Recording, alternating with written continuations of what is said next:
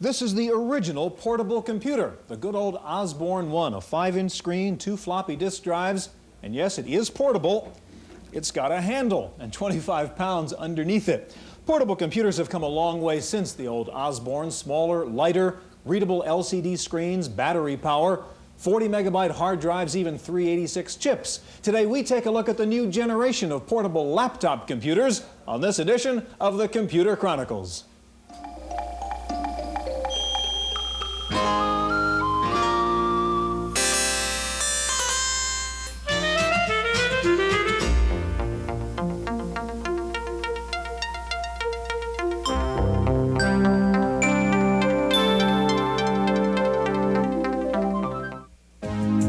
Chronicles is made possible in part by McGraw-Hill, publishers of Byte magazine, and Bix, the Byte Information Exchange. In print and online, Byte and Bix serve computer professionals worldwide with detailed information on new hardware, software, and technologies. Welcome to the Computer Chronicles. I'm Stuart Chaffee, and this is Gary Kildall. Gary, you recognize this wonderful old toy here, the TRS-80 Model 100, the original laptop, really. This one belongs to Jan Lewis, by the way, who still uses it, as do many journalists and many people, even though laptops have grown up considerably since the days of the 100. I know you like to use a laptop. What are the key features that you think should be in the ideal laptop? Well, I really enjoy the portability of the laptop, that's for sure, and that means it's got to be lightweight. It has to have an internal hard disk drive. Right. You can't live with just floppies. And a paperwhite display that's backlit. Now, the only problem we have to solve is that battery problem. I think, you take that trip from San Francisco to New York and you start hearing the beep beep over Denver. Right. But we're heading that way. Battery technology is better, and I brought along a little toy here. This is a 2.5-inch hard disk drive. Oh, my God. And it's about a third of the size of the 3.5-inch drives, and about a third of the power, and it includes the controller as well. That's beautiful. So this is the kind of thing that we'll be seeing in the new laptops that'll help this maintain the battery life. Gary, we're going to take a look at the new generation of laptops. We'll see the new machines from Toshiba, NEC, Zenith, and Compaq. We'll see a laptop computer that has a built-in cellular modem, and we'll try to find out what the new Macintosh laptop is like. Something we'd all like to see in a laptop, of course, is a color display. And we start out with a report on the state of the art in color LCD technology. If it sometimes seems that improvements to laptop computers are slow to appear, that's probably true. Squeezing all the features of a 30-pound desktop machine into a featherweight briefcase requires more than just smaller components. And while portables recently became lighter and more powerful, some common features, like color screens, were just unobtainable. This year, color LCD screens have finally appeared on some laptop machines, even if they're not for sale. At the recent Spring Comdex Computer Show, Zenith, Hitachi, and several other Japanese companies showed the first samples of this new breed of color machine. That does not mean, however, that they will show up on store shelves anytime soon. Well, I think a lot of companies are putting them out there just to position themselves in the marketplace to gain some visibility that they're working on color technologies, and certainly they're also, many of the Japanese firms are looking for potential customers for their screens in the future. So it's sort of a show and tell type of product at this point. The technology that made it possible is the thin film transistor, incorporated directly onto the LCD module. To display 8 colors at once, each pixel has individual red, blue, and green color filters. The backlit screen features a good contrast ratio, but currently the maximum size barely exceeds 6 inches in diameter. While the machines at Comdex were just previews, there's no doubt that the vendors expect to make a big impact sometime in the future. I think we've seen more and more in the desktop now. About 60% of desktop users use color or buy color today. So certainly color will be a hurdle and it will propel the industry forward, but still I think the laptop industry, what it really needs to take off, whether it's color or black and white, we still need low cost, low weight type machines.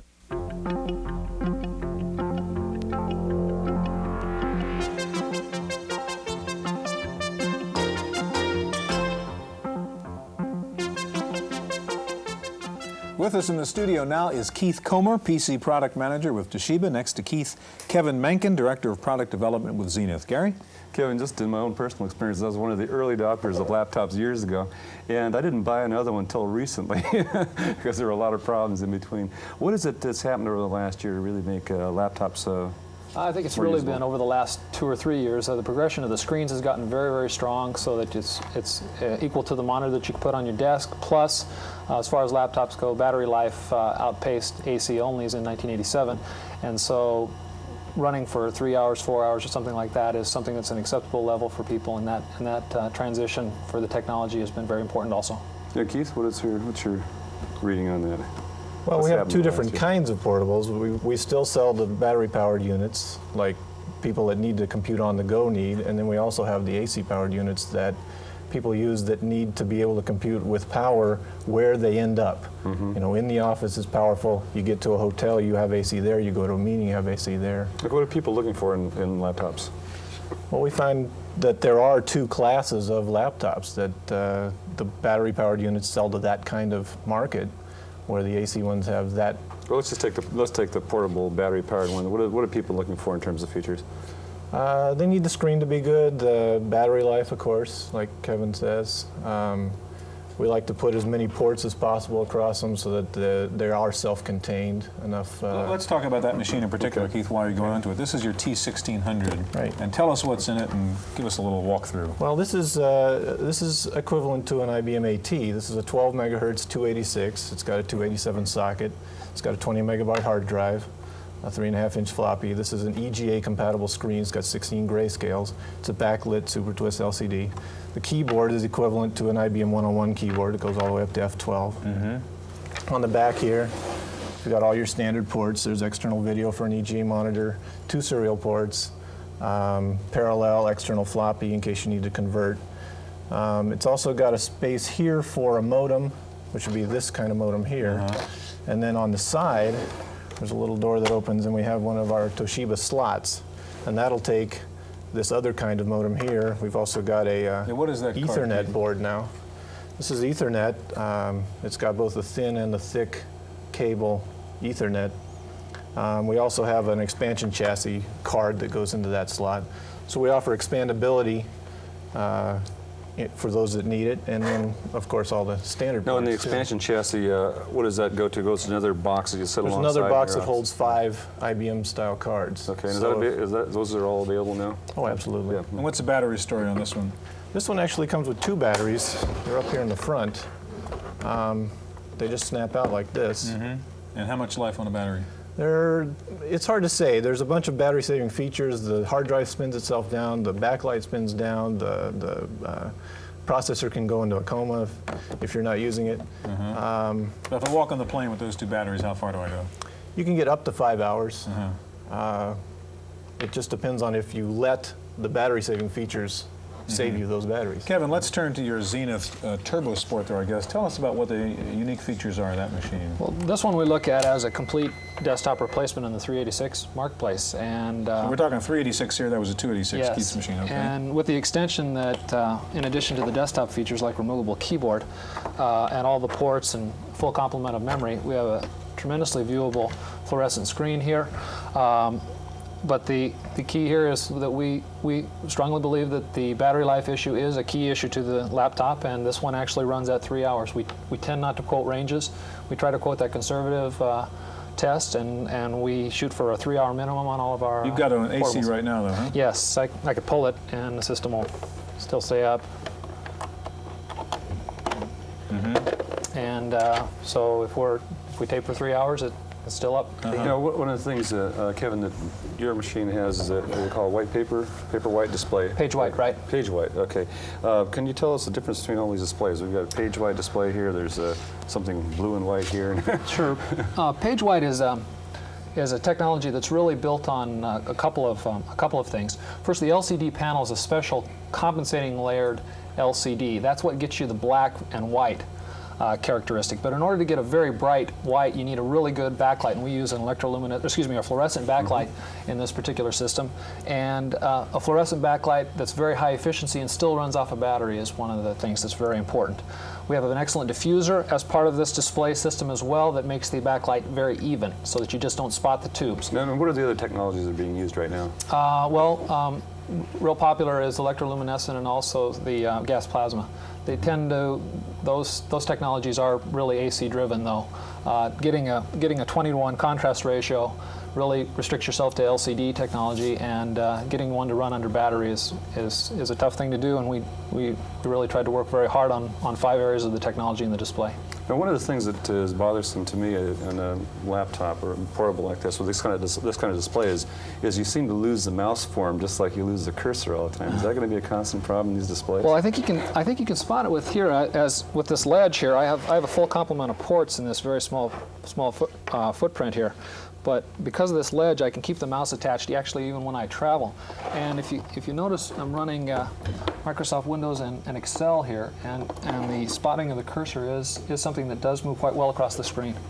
No little trouble seeing. Okay, we have a little bit of time left, Keith, and I want you to tell us a little bit about the 5200. That's your highest end machine, isn't it? Right, the 5200 is our 20 megahertz 386. It comes with either a 100 megabyte hard drive or a 40. This is a VGA compatible 16 grayscale gas plasma display.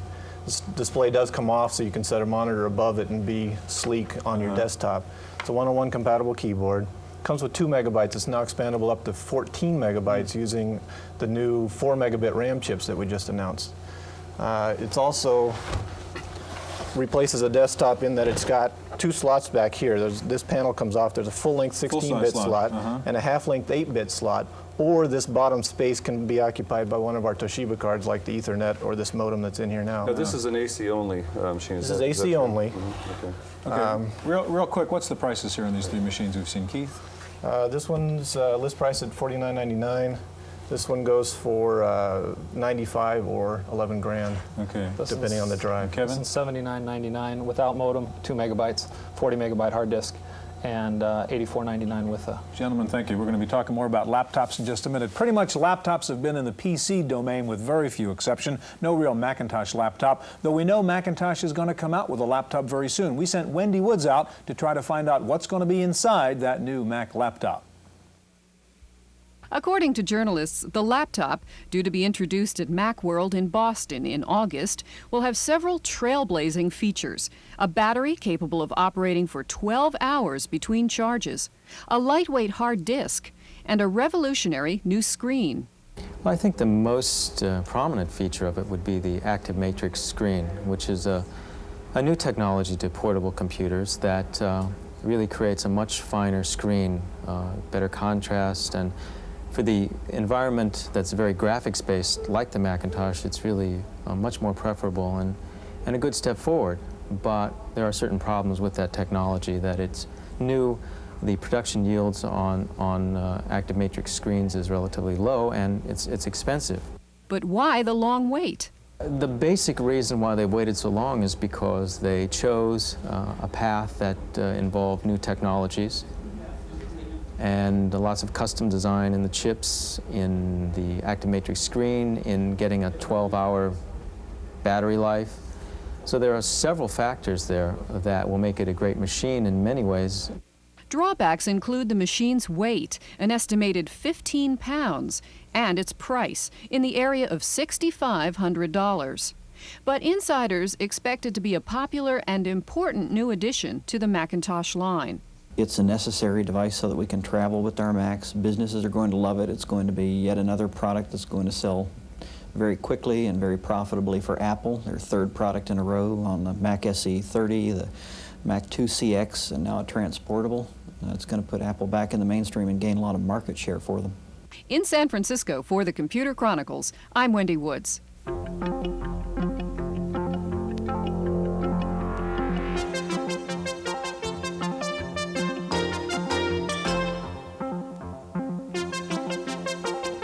Joining us in the studio now is Mac McLaughlin. Mac is Director of Western Operations for Compaq. Next to Mac, Jim Bartlett, Manager of Strategic Marketing for NEC. Gary? Mac, I understand that this is Compaq's first portable. Is that correct? No, this is our first laptop. First laptop, portable. okay. Or battery-operated, really. Or battery-operated. Okay, get all the adjectives in there. You got it, okay. Battery-operated laptop. Why did Compaq wait this long to get into this particular segment of the market? Well, the technology, in our opinion, was not ready for us to be able to provide a full-function laptop computer. And in particular, what? What kind of technology? Primarily the screen. We did a lot of testing with the market to find out what was an acceptable level, and the VGA monitor was really what was seen as an acceptable level screen. Can you tell us a little bit about this machine? You bet. As I mentioned, it does have a VGA monitor. It's a 10-inch diagonal screen. And in addition to the VGA capability of the screen, it also will accept EGA or CGA written software. And also, do you have a connection on the back then that would go to a normal VGA monitor? Yes, indeed. In fact, you can plug in either a CGA, EGA, or a VGA color monitor as well. The keyboard also is easily removed from the top of the unit, and we find that especially on an airplane, when you try to put a laptop on the tray, that sometimes it's nice to be able to take the keyboard off and put it in your lap to use that. What else is in here, Mac? Well, the battery fits right in the front of the unit. I brought an extra battery along with me so you could see that. And it uses a 3.5-inch 1.4 megabyte floppy drive. And it comes with either a 20 or a 40 megabyte hard drive. Uses the C286 microprocessor that runs at 12 megahertz. So it's a very, very high performance system. Okay, and what kind of time do you get on the, let's say, normal usage? In the well, it's a minimum of 3 hours in the battery. Normal usage depends on whether or not you're using a graphics-intensive software package or whether it's text. And you can carry on an extra battery pack. Carry an extra battery pack usually and just slip it in. Okay, what's in the back of the machine, Mac? How can we get in and out of this thing? Okay, glad you asked. On the back of the unit, there is a port for a parallel for a printer. Serial port, a port to plug into the VGA, as we talked about before, for an external monitor. And in addition to that, it has the ability to plug in the full-size 101 keyboard so that if you wanted to use a full-size keyboard, you could. You've got a couple of interesting connectors over here, look like telco. Does it have a built-in modem then? Is that that's correct. It does have a built-in modem that plugs in on the side, and in addition to that, it has an AC adapter port on this side of it. Okay. What's the big fat one on the right there? Well, this is what we think is one of the most important features of the unit. This plugs into the docking port, so you can actually take your laptop, plug it into a docking port, and then use it as an office computer in your office. The docking port then has a recharger built into it, so it recharges the battery, and also has 2 slots in it, so that you can use 2 additional slots for any other. And is this removable then, so you can then use? Well, this can be closed down. Oh, I see. And then, of course, you would use your color monitor along with your 101 keyboard when in the office. You can upload the software you've been working on or the programs you've been working on, and then download it when you want to take it home at night. Jim, you've got a very different approach here with the NEC Ultralite, very small. Tell us what your approach is to a laptop. Okay, Stuart. Well, we've taken several approaches to laptops and have quite a range, but this product is the first in this class anyway, we feel. It's 4.4 pounds, so it's about the size of a PC magazine, and it can fit into any briefcase without displacing any of your important work papers. So now we have a machine that people can throw in the briefcase and not have to think consciously, am I going to need it or am I not going to need it when I get to the other end of my trip? Jim, what's inside it? What are the components we're dealing with? Oh, this is based on a V30 processor running at 10 megahertz, so it's got about the same horsepower as an 8 megahertz 286 machine as far as processing power. It has 640K of RAM. It has a backlit display that does both text and graphics. Right. Now the catch or the benefit, depending on how you look at it, is no drives, right? Well, there's no floppy drive inside the machine. There's a separate floppy drive that can be plugged into the expansion port on the back, but we do have a silicon hard disk, which is one of the other very unique things that we did in this machine. It's a 2 megabyte silicon hard disk, and it's differentiated from what we've talked about in the past in the RAM disks in that it actually has the same physical attributes from a piece of software looking at it, looks like a physical hard disk. Does it retain the data then after the power Yes. goes down? Yeah. Right. It's an integral system that has silicon file chips with a battery to hold them, hold the information. 2 megs. Right. It's either 1 megabyte or 2 megabyte for the hard disk. Then the other thing we've done is provided ROM cards and RAM cards that can go into this slot on the side. I have one card in here in the side, and there's an additional one I have here. So you can buy standard application. Lotus 1, 2, 3, you know, WordPerfect 5.0, those kinds of things on these cards, and install that in your ROM card slot in addition to whatever you store on the silicon hard disk. Now, did you say you also have a RAM card? Is that right? Right. This is a RAM card in the slot right here. And that gives you how much storage there? This particular one is 256K. I have Procom on this card. And battery life, given that you don't have to worry about mechanical drives. Yeah, it's 2 hours of life on this product. And we found is that over 50%, about 60% of the people in the market research that we have done through an independent source indicate that 1 to 2 hours is what they use daily. Now, there are going to be some people who require more. And we're working plane trip across the country.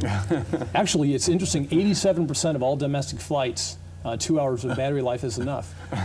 Real quick, just a few seconds left. Give me prices on these two machines, Mac. With a 20 megabyte hard file, it's $53.99, and with the 40 megabyte, it's $59.99. And the Ultralite is $29.99 with a 1 megabyte silicon hard disk, and with 2 megabyte hard disk, it's $36.99. Great, thank you. This has a 2400 baud modem built in as well. In just a minute, we'll take a look at a laptop that has a built-in cellular modem. Stay with us.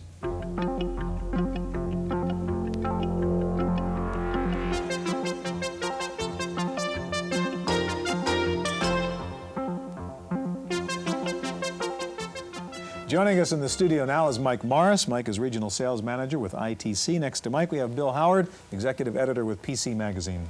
Mike, we've got a device sitting on the table here, and I'm not sure whether it's a telephone or a computer. Computer with an antenna. Well, it's a little bit of both. Okay, what is it?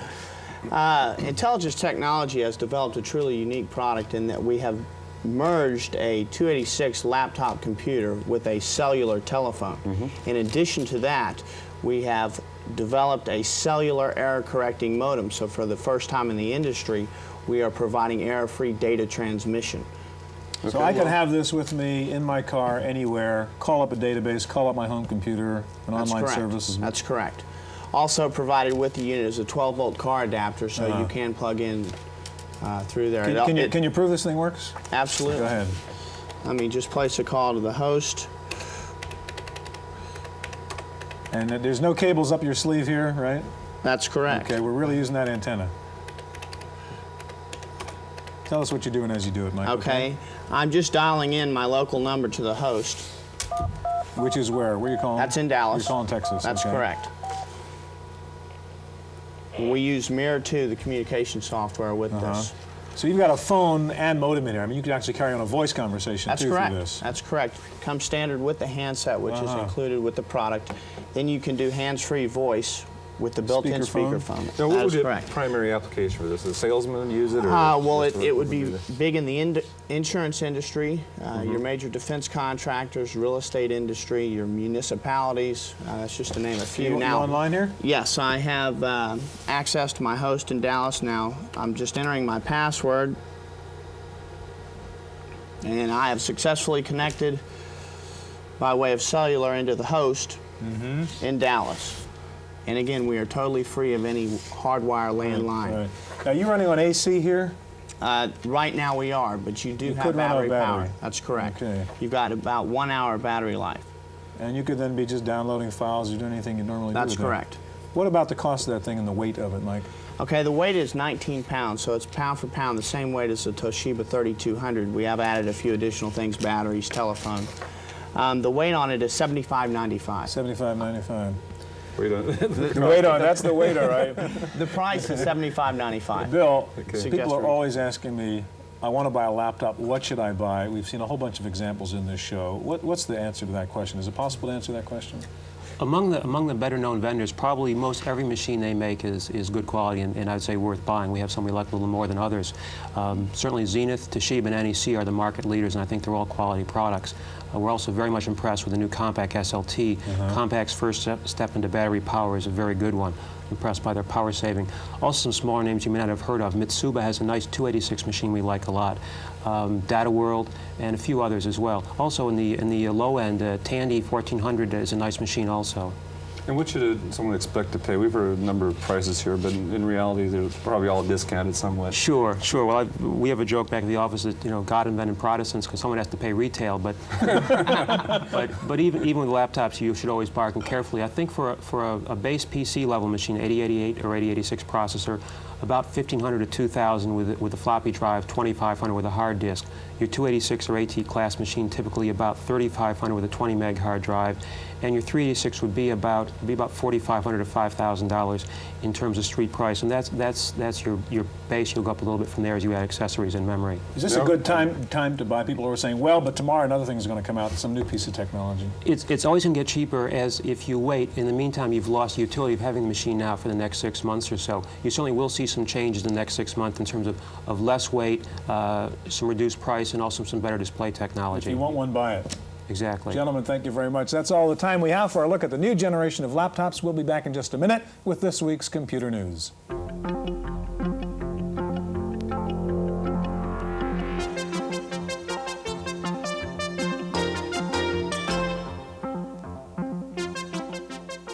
In the random access file this week, Microsoft says it will release a new version of DOS 4.0 that will be faster and require less memory. The company also said it's coming out later this year with version 1.2 of OS2, featuring a more powerful file manager. There's also a special version of OS2 being designed for the Intel 386 processor. Ashton Tate has announced a new file recovery program specifically for DBase 3, 3+, and 4. The program restores the full file with embedded characters, shifted data, and headers. And Ashton Tate says it wants you if you're an independent programmer or writer of software books. The company says it's going all out to find new software tools, utilities, and extension products for the DBase environment. Novell has announced a new version of its NetWare software called Network 386 version 3.0. It can support up to 250 users on one server. It also features a simplified installation procedure and dynamic resource configuration, which automatically allocates memory for caches and buffers. Apple has announced new system software for the Apple IIgs. It's the first 16-bit operating system for the 2GS, and it will enable the high-end Apple II to run on an AppleTalk network. Well, it wasn't a computer show, but it was hard to tell. At the National Association of Broadcasters convention, computers were everywhere, as the new buzzwords were desktop video publishing. Symbolics showed off a new version of its video graphics system using a Macintosh 2. Net result, a 50% cut in cost. Studio Spectrum introduced a new Amiga-based graphics system, complete with Amiga 2000, Genlock, and digitized camera, all for $10,000. Sony demonstrated the world's first real-time three-dimensional graphics system for television. The system uses 8 Intel 286 processors working in parallel. Since operations are in real time, there is no need to learn special programming commands. IBM is getting into the intelligent phone business with a new switchboard that identifies the person calling you on a small LCD attached to the phone. Businesses like the idea since the phone signal can automatically trigger a computer to call up a customer's record while the phone is still ringing. Finally, Microsoft Chairman Bill Gates spoke to the Boston Computer Society last week. He said Steve Jobs' next computer is nice, but won't have an impact on the marketplace. And as for the problems that rival Lotus, he suggested Lotus chief Jim Manzi buy a C manual and learn how to program. That's it for this week's Chronicles. We'll see you next time. The Computer Chronicles is made possible in part by McGraw-Hill, publishers of Byte Magazine, and BIX, the Byte Information Exchange. In print and online, Byte and BIX serve computer professionals worldwide with detailed information on new hardware, software, and technologies. For a transcript of this week's Computer Chronicles, send $4 to PTV Publications, Post Office Box 701, Kent, Ohio 44240. Please indicate program date.